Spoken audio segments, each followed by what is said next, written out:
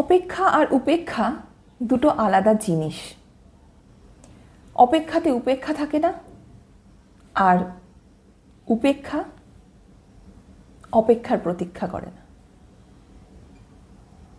যে মানুষগুলো আমাদেরকে সবসময় উপেক্ষা করে তারা সত্যি আমাদের প্রতীক্ষা করে না,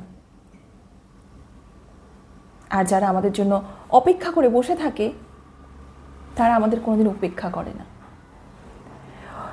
সেই জন্য মানুষ চিনে নিতে হয় যে কে আপনার জন্য অপেক্ষা করছে, কে আপনার জন্য অপেক্ষা করছে না, কে আপনার প্রতীক্ষার মূল্য দিচ্ছে, কে দিচ্ছে না। এটা বুঝতে পারলে জীবনটা খুব সহজ হয়ে যায়।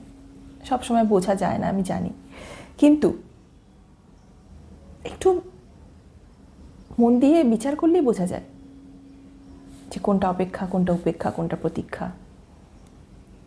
আমি লিখেছিলাম এই লাইনগুলো, মনে হয়েছিল তাই লিখেছিলাম।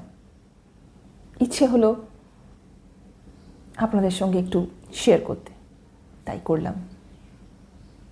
কেমন লাগলো বলবেন, তাহলে আমার লেখা কিছু ছোট ছোট কবিতা, কিছু অনুভূতি শেয়ার করবো আপনাদের সাথে।